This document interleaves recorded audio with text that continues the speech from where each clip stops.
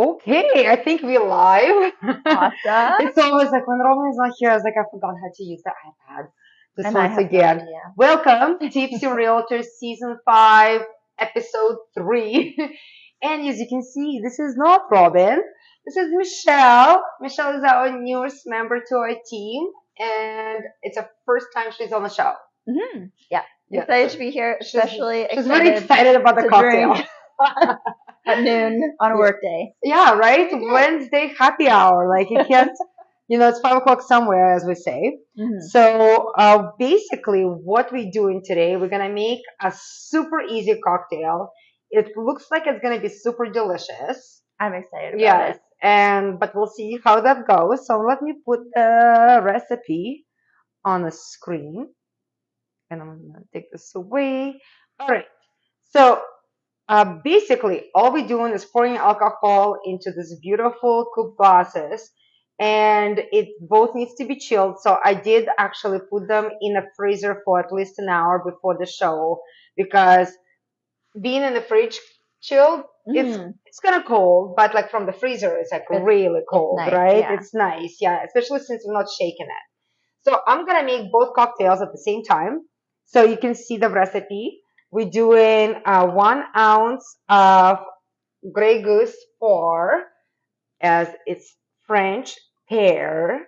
So it's a pear flavored vodka, and it goes right like you see how like it's thick the vodka Yeah, it is. is thick. That means it's It's nicely nice and chilled. cold. Yes, Yeah.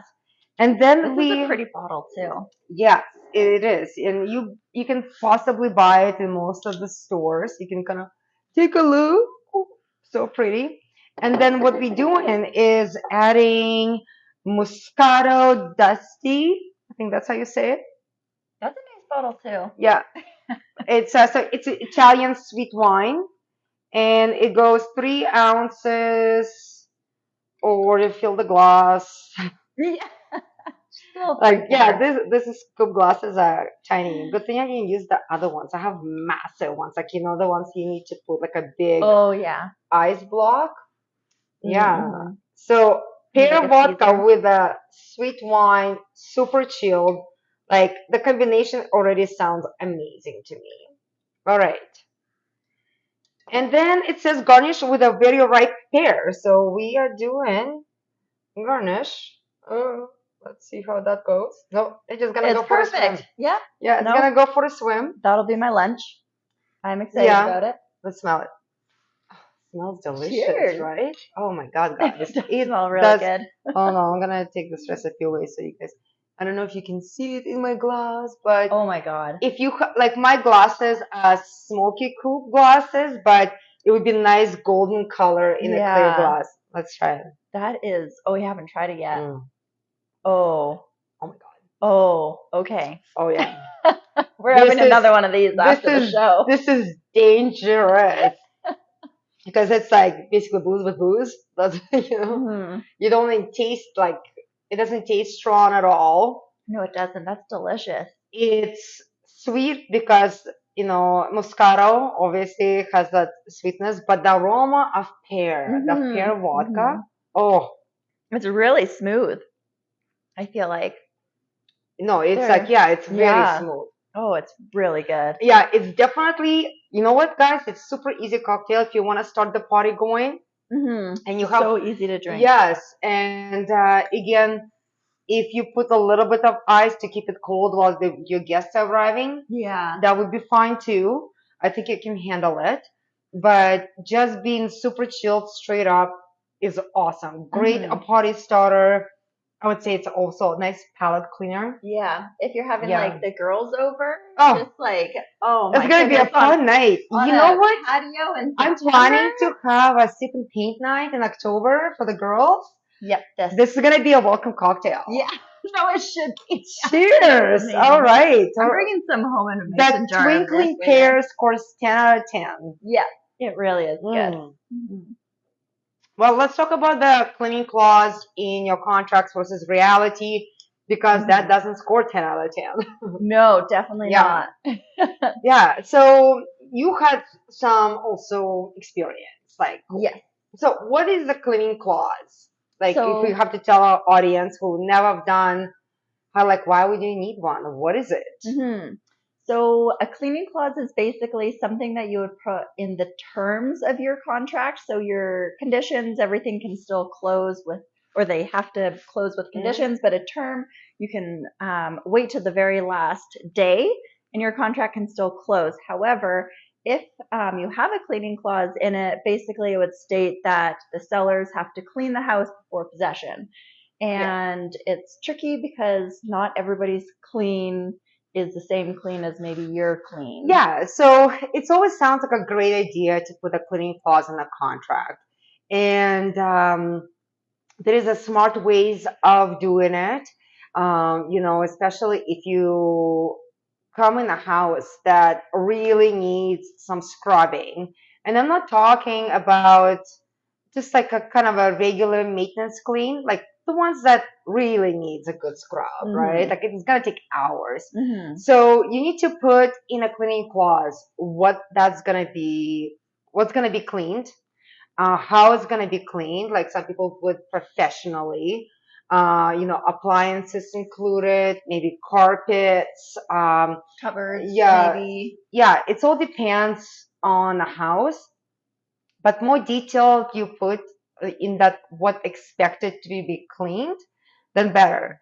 Then I always say like, listen, in order to make sure that it's been cleaned besides seeing it, and like we need some sort of receipts. A lot of people partner up with the cleaning companies or they rent carpet cleaning equipment, and they can provide those receipts showing that that has been cleaned and what has been cleaned by who. And then of course you mentioned holdbacks. Mm-hmm. Yeah. It says, in case the seller has not cleaned anything to the terms you guys agreed, like provision of the receipts with a professional cleaning, then the buyer will hold back X amount of dollars.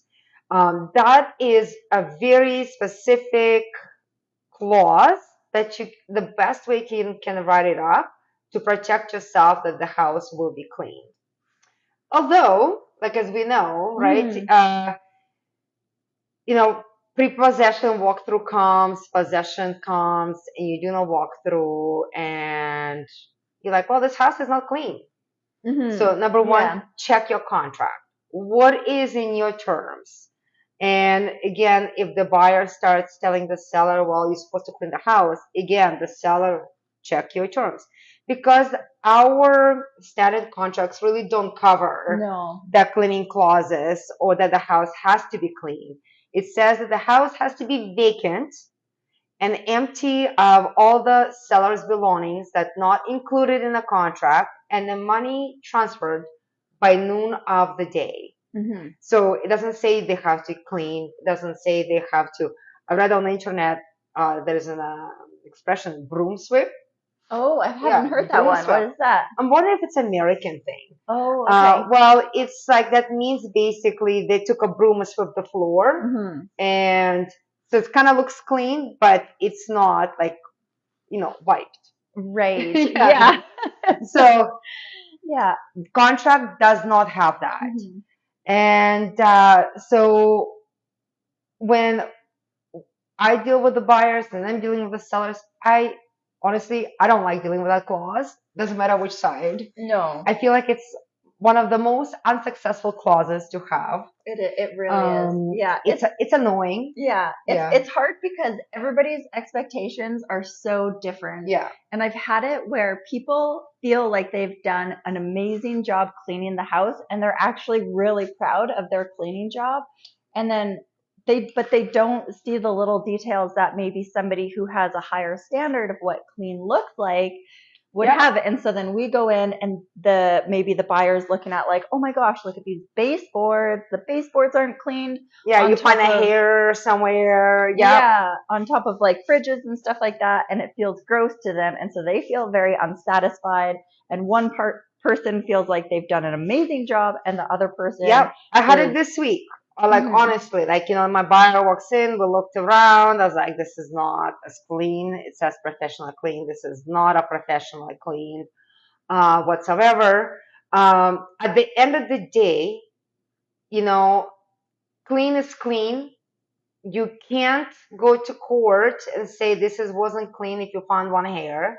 If you do have the clause with all the holdbacks, and you can take like realistic photos of real mess, then you can go back to your lawyer and ask for that holdback. And or if they haven't provided the receipts, yes, absolutely. then maybe that's a good way too. Yeah, exactly. And that's why we always do pre-possession walkthroughs, because you can identify if there is any concerns or problems that you agreed on before your money has been gone to the seller's lawyer. Yeah. And people are like, well, is there a point to have the clause at all in a contract if it's so unsuccessful? Nobody likes it. Nobody even reads it. Like, yes. So there are there are homes that beyond that would definitely need it. Yes, that definitely needs of a good scrub. And I'm not talking about dusting. I'm talking about like real like chemical scrub, because maybe it was lots of tenants live there. Maybe it was not maintained well. Maybe lots of pets live there. Everybody's lifestyles are different. So sometimes the homes are really, really dirty. And those homes, like I always say, like, let's put it this way. If you don't put anything in there, the seller will, they not obligated to do anything. But if you ask for something, even if it's not your version of clean, it will be better than if they didn't have it. If they didn't do anything at all. Yeah. So that's kind of like where we want to leave you, right? Like, remember your expectations. Your clean is not my clean. It's not her clean. And people are very, very different. So some people, when they prepare the home for possession, that clean, probably the best house even looked in that life, right? Exactly. But it's not your level of clean. Yeah. And unfortunately, there is nothing you can do because we cannot communicate people's expectations, the level of expectations of clean through the contract. Yeah. It's just look at this way. It's something than nothing. Yeah. I think too, like one of the best things is like a realtor, what we can do for the seller, or sorry, for our buyers, is just having like a very good conversation that like we can put in a cleaning contract, but it doesn't necessarily mean it's going to be that clean. So just making sure, really getting through to the buyers that the risks involved with a cleaning contract, and really making sure that they understand what they're in for with a cleaning contract or with a cleaning term. Sorry. Yeah, exactly. That's a very good point. Having that conversation with a realtor and really actually listen, because sometimes people are like, what do you mean they're not gonna clean the house? Like, well, it's because they don't have to. Like, because again, that people's expectation is different. They can hire a very inexpensive cleaning company versus very expensive cleaning company. Yeah. So and again, like, because even professional companies have a different versions of expectations and levels of cleanliness. What do you think you expect from person to person, right? Yeah. So basically, that's our kind of like a 5-10 minute talk about cleaning clause. If you feel like you need it, put it. But again, don't get your hopes up. Yeah, don't have a very high expectations of meeting them. So again, I know if Robin was here, she'll be keep talking about it. That's her favorite topic to chat about. But let's talk about so first prices. Oh yeah, go ahead. Yeah. Do you want to? I have a question. Yes. Could you do a cleaning clause where you bring in your own personal cleaner? Like the buyers would pick their cleaner instead of the sellers. Right. So now you have to negotiate the rate that the sellers are ready to pay for that buyer's cleaner. Because again, you can get $25 cleaning or $45 cleaning. The Yeah. buyer always goes for most expensive. The seller goes for For most less. cheap. Yeah. So exactly. So you have to agree that, and this is kind of like when it goes like negotiating the furniture into contract. Like this is what I say. Like I don't hate sell that. furniture. I sell homes. So the cleaning clause is a service that you provide to your clients. But at the end of the day, majority of them are very unsuccessful. And I have clients who clean their homes without the cleaning clause and leave it immaculate.